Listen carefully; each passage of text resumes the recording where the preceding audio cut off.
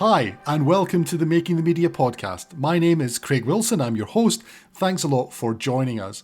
Much of the media is dominated by well-established brands, some public and some commercial, who have been part of our lives for many years.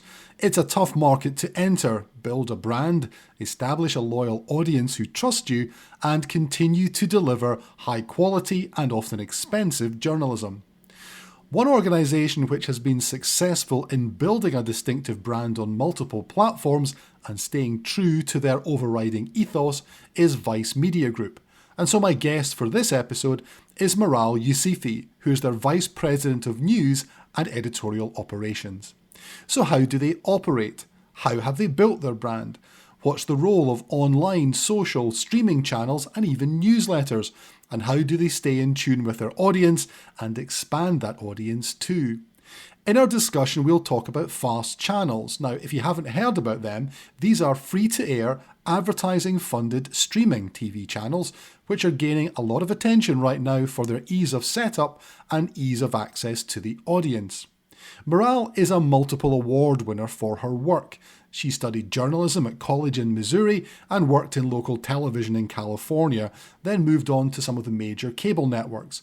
Here, she outlines how her career developed from that point to ending up at Vice Media. I started getting a bit bored with cable, to be honest. It became very cyclical, and so I looked for different challenges. I went to CNN and started a morning show with Soledad O'Brien that tried to break the mold and get a little bit more in depth, which was really my interest area. And, that was canceled, which was unfortunate, but it made me realize kind of what I wanted to do. So I went through a series of kind of launches after that, went to Al Jazeera America and helped launch that network and did the morning show there. And then when that network fell apart, the opportunity at Vice came up, and it became sort of this perfect opportunity at the time because it was really about honing in on what matters and more of a curation of the news than the constant news cycle, which was very appealing to me, both schedule-wise and journalism-wise. And that's where I've been since. So I've been here for 6 years, and we came on to launch Vice News Tonight on HBO, and that was a really interesting experiment. I think it was kind of a groundbreaker at the time. No one was really doing the kind of journalism that we were doing on that show, I would say, where you were sort of turning very quick turn documentaries 4 nights a week. And that has now evolved to Vice News Tonight, which is 2 nights a week on Vice TV, which is our own platform. And that has leaned in even more into single topic documentaries, hour-long documentaries, really embracing the kind of long form that Vice is known for and in our kind of topic areas. So I've been here for 6 years. An interesting path to get to where you got to. So when you joined Vice, you spoke there about some of the attraction of why you wanted to go there. But can you talk a little bit about the program that you were first involved with, and how from that you maybe took that experience to then go into other things? Yeah, that first program was really one giant experiment.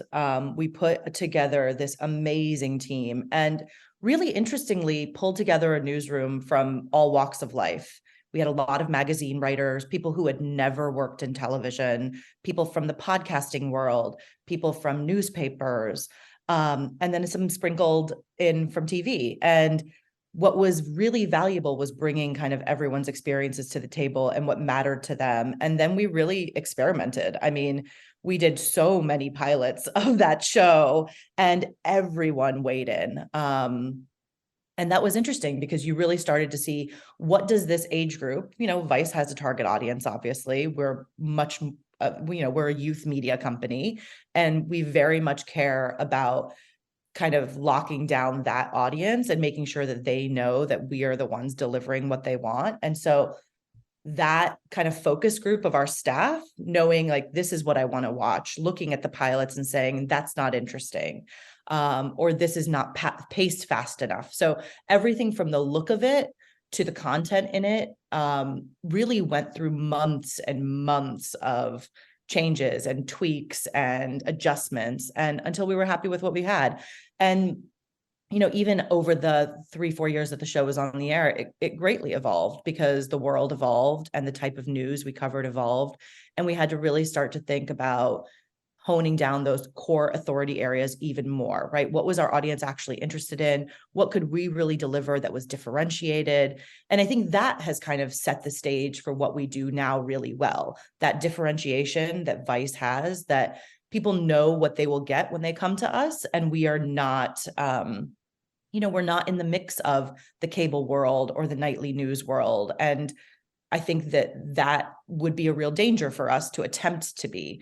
And so I think that was the real lesson learned is this is what your product is.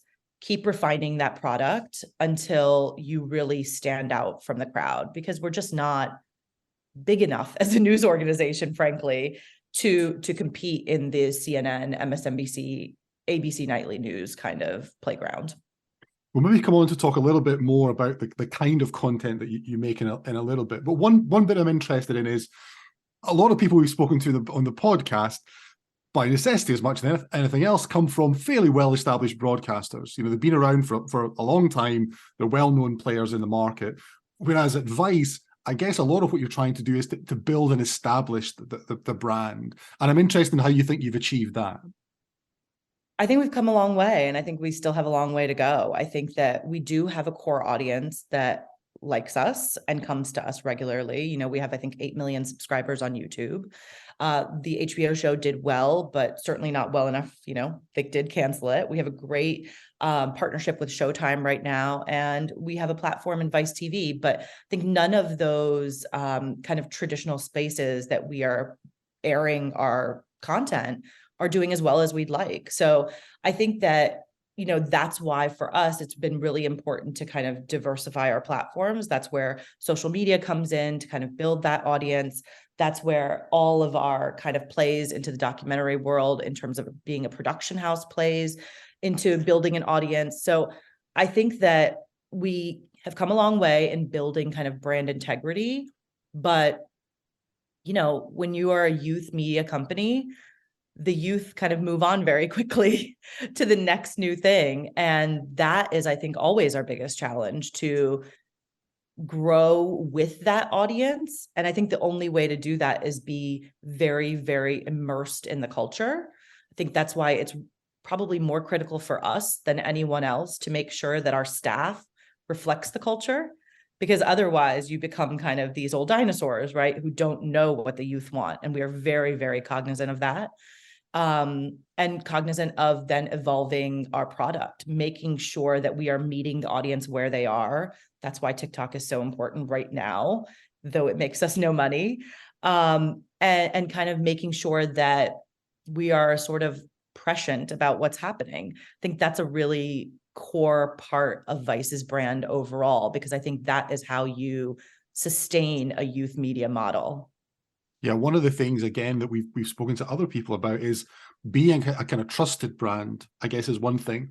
But the way that you're talking there, the other thing I would say about a youth brand is if you're seen as inauthentic, that's almost as bad as being seen as someone who can't be trusted.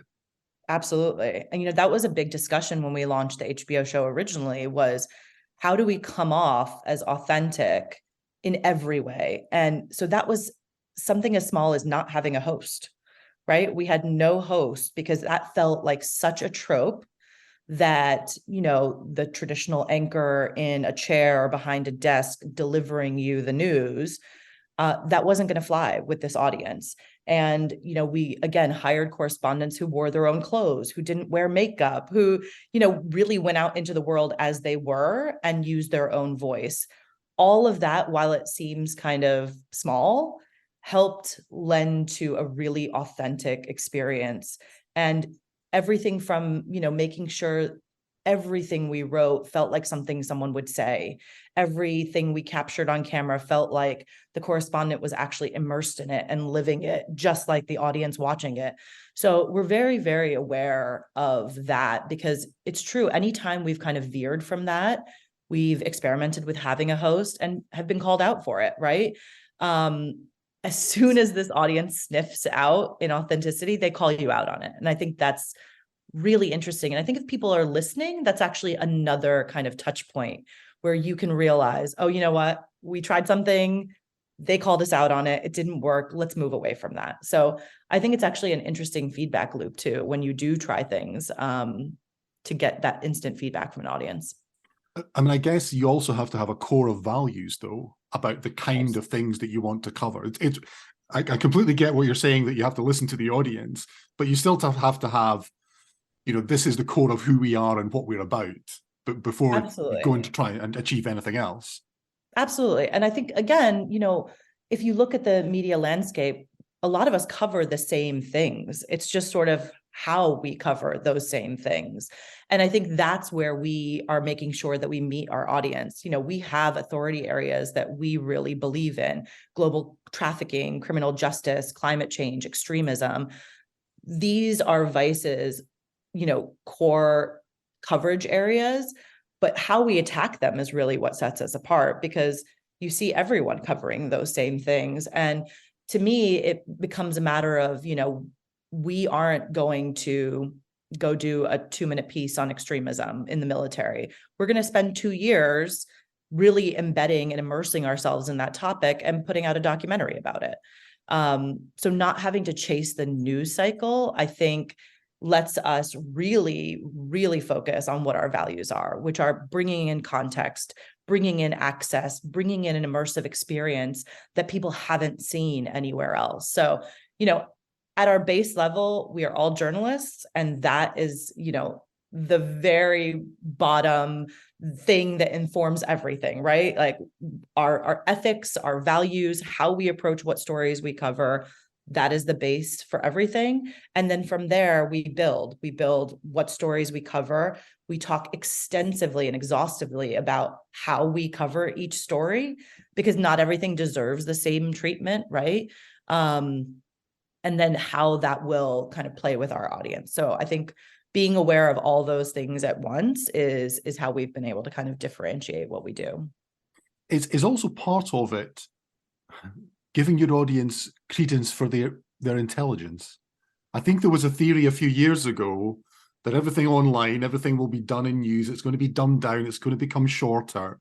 But I believe that some of the evidence actually is the counter of that, that actually the kind of documentary longer form packages are actually things where, because you get the analytics, you can actually see how things perform.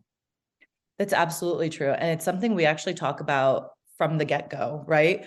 We talk about our approach to a topic, what our angle to that topic is. And then in the script writing, I definitely recall having those conversations at other places where it's like, we need to write at an 8th grade level, or we need to really pare down to make sure that everyone understands what we're talking about.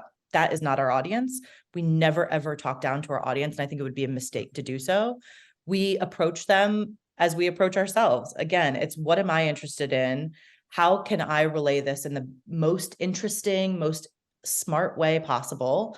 And we go from there, because we have found that to be true. The things that we put on YouTube, for example, that are short, snippy, and kind of cover just sort of the survey layer of a story, do very poorly.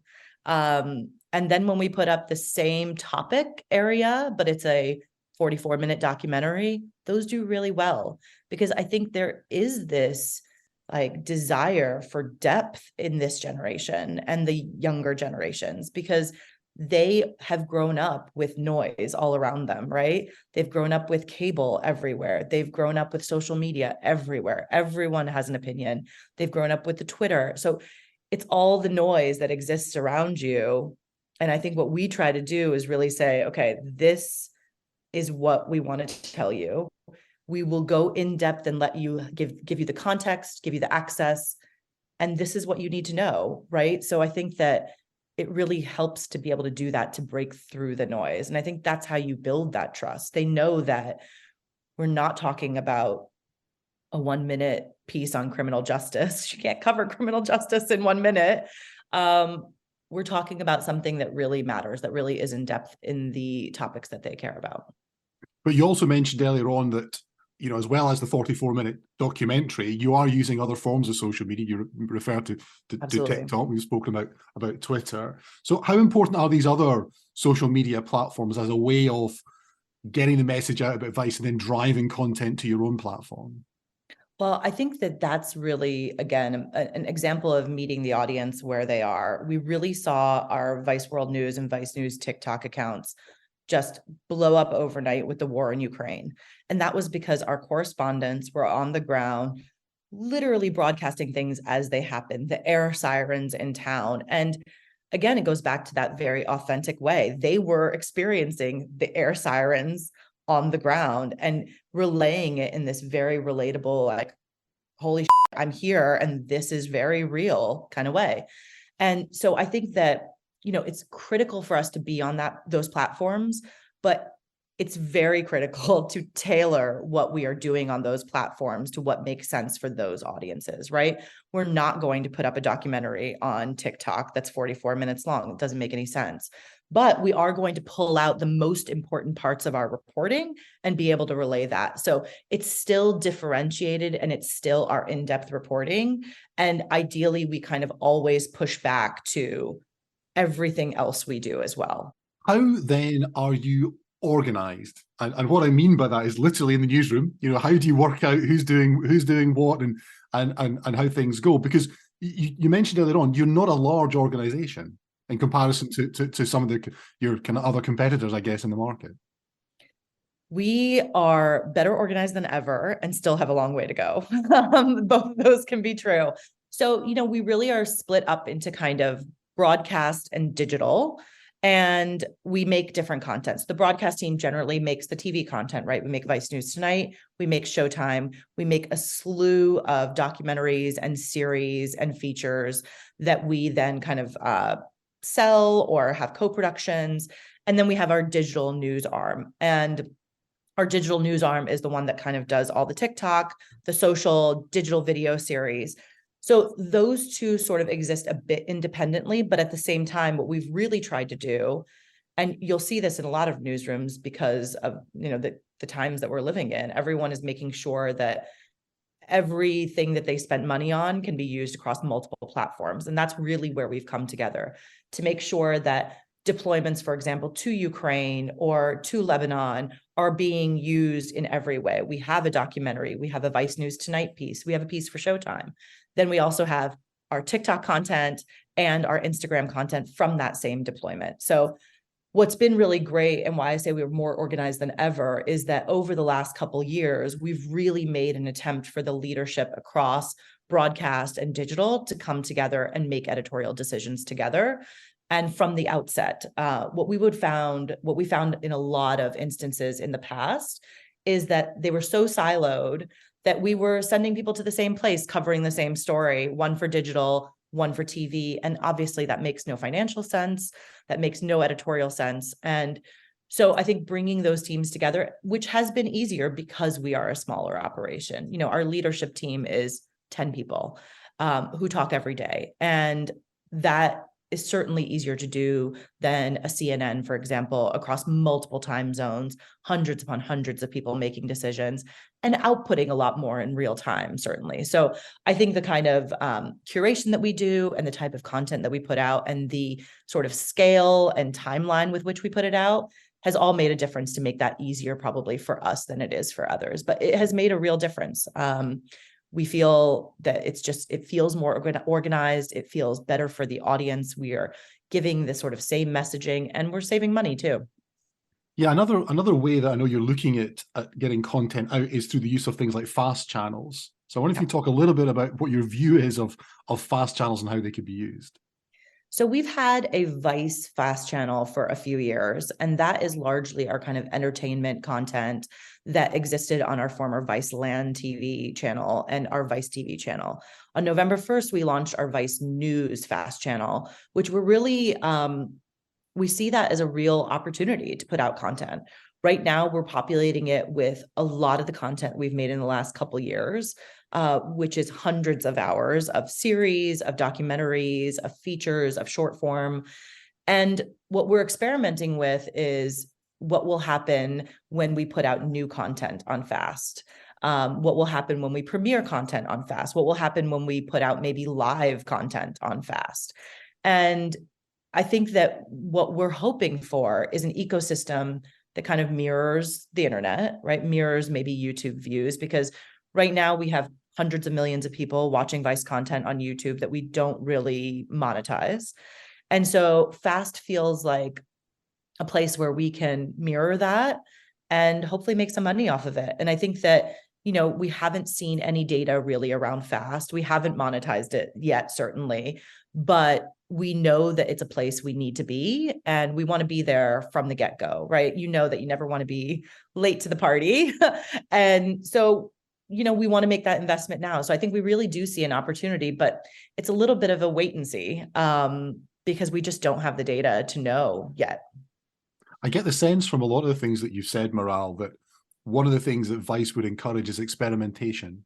Would you say that's a fair kind of characterization for how you operate?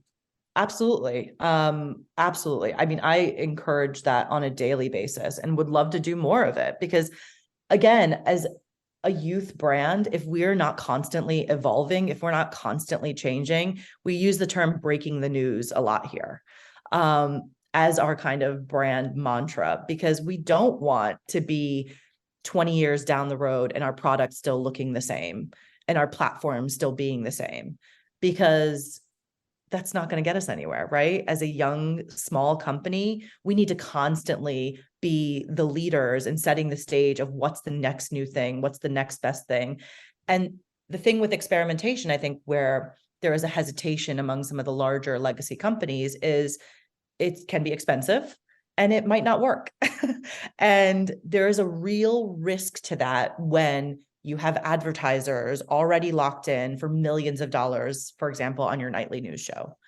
And so I get it, right? I get why those companies may not be willing to experiment as radically as we are, but that's kind of our luxury. We really try to go out of the box as often as possible. How can we break this model? How can we break this mold?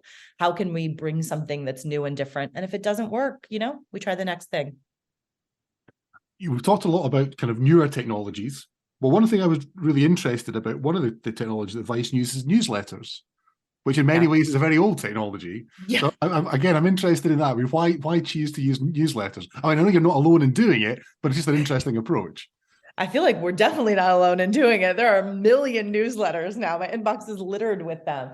It's interesting. You're right. It's such an old school model, but I think it kind of comes back to that curation, right? It comes back to, I have subscribed to this newsletter from a voice that I trust, from a voice that I know will not litter it with other people's crap. And so I think that's why it's been successful. We're very particular about what goes out in our newsletters. We have our Breaking the Vote newsletter that's very, narrowly focused on election news, that is set apart from just sort of the horse race and covering every state. We certainly don't do that. It's very voicey. And I would say that of all of our newsletters, our motherboard newsletter is phenomenal, right? They break so many stories in the tech world, and that newsletter is dedicated to that. So I think you see that and you're like, I really love motherboard stuff. I'm going to subscribe to their newsletter, and I'm going to get a capsule of 5 stories that I've never seen anywhere else. And I think that's the appeal. But I honestly was surprised from the get-go that newsletters were doing as well as they are. But I think it's also another example of being in the game, right? There are definitely things that we don't want to avoid just because other people are doing them too, right? We need to be there, and we just try to make sure that our voice is at least differentiated in those spaces. Yeah. Another question I wanted to ask around is demographics and your audience, because I guess the audience and the brand, you talked a little bit about this early on, it's kind of relatively well defined, but I guess part of what you also try and do is kind of go beyond that and to maybe expand a little bit of the demographics. So maybe talk a little bit about who your traditional audience is, and maybe some ways that you're trying to attract new. Well, I mean, I think our base audience is kind of the 18 to 34. Vice is heavily male, and we've tried to do a lot to kind of bring females more into the fold with our content. But I think the unique thing with us is that's the core audience, but our platforms are not necessarily that audience. That's certainly the audience for YouTube, and even younger for TikTok and Instagram. But, we have a partnership with Showtime for a documentary series. That audience is not 18 to 34. And so being able to capture that with good journalism and journalism that they care about. Now that's slightly different because Showtime is also a subscription model. And so they have different financial goals for our series than, say, our Vice News Tonight series, which is on linear cable. Vice TV's median audience age is pretty significantly lower than other cable news networks, but it's still in that late 40s, early 50s, which is pretty far outside of our core target audience. And that actually, I would say, has been our challenge. How do we make the content that we say is for this youth youth demographic, while being a youth media company, but still making it relevant enough that our linear cable audience also wants to watch it? And same thing with Fast. Fast is programmed in a linear way. And so while we hope the audience mirrors YouTube, we're not sure that it will. And it easily could wind up being an older audience. And so it's tricky. It's very tricky. For Vice News Tonight, it has been things as simple as, what is the look and feel of it? What's the music selection? What's the wrapper look like? To be able to get us to the field pieces that are kind of our core content. And so, we constantly tweak that. I don't think we've been 100% successful in that, because it's such a wide gap and those audiences are so wildly different that bringing them together feels impossible some days. It's also, it's a tough market. It's a Yes. tough market for audience wherever you are.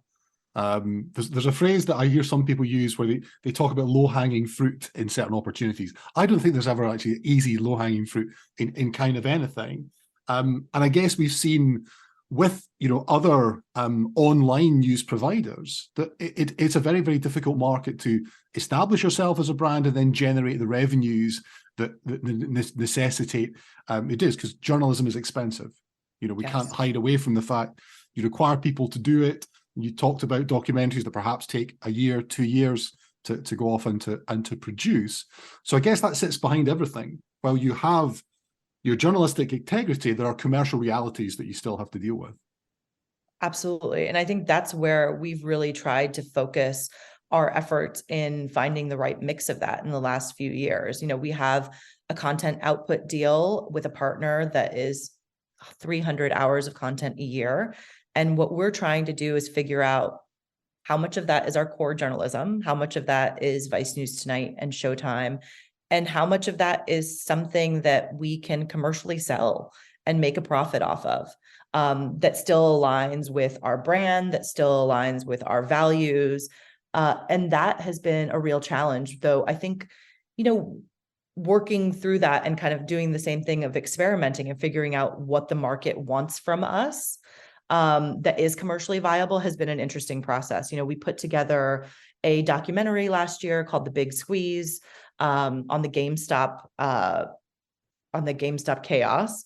And that did really well. We put out that feature doc pretty quickly, faster than really anyone else went to market. And what we found was we managed to sell it across the world. And so that was a great example. The other good example, I'd say, was our first foray into kind of true crime, a series called Small Town Secrets that wound up airing on Vice TV, and we sold to several other markets globally.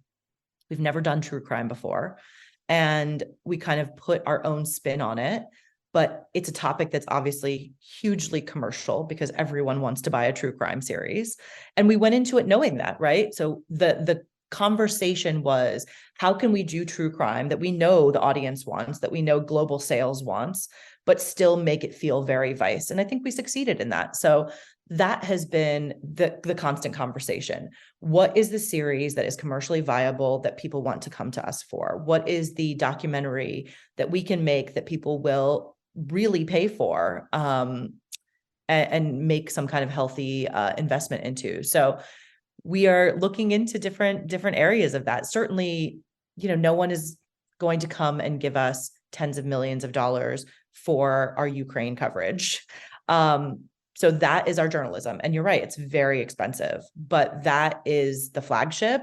That's our flagship content, and we will always do that. It's really just figuring out how can we then take this other bucket, make that very commercially viable to kind of fund the other and make money on top of that.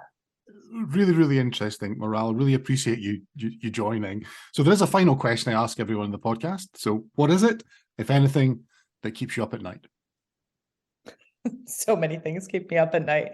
I think press freedom, disinformation, keeping our team safe in the field. Those three things are all the same, really.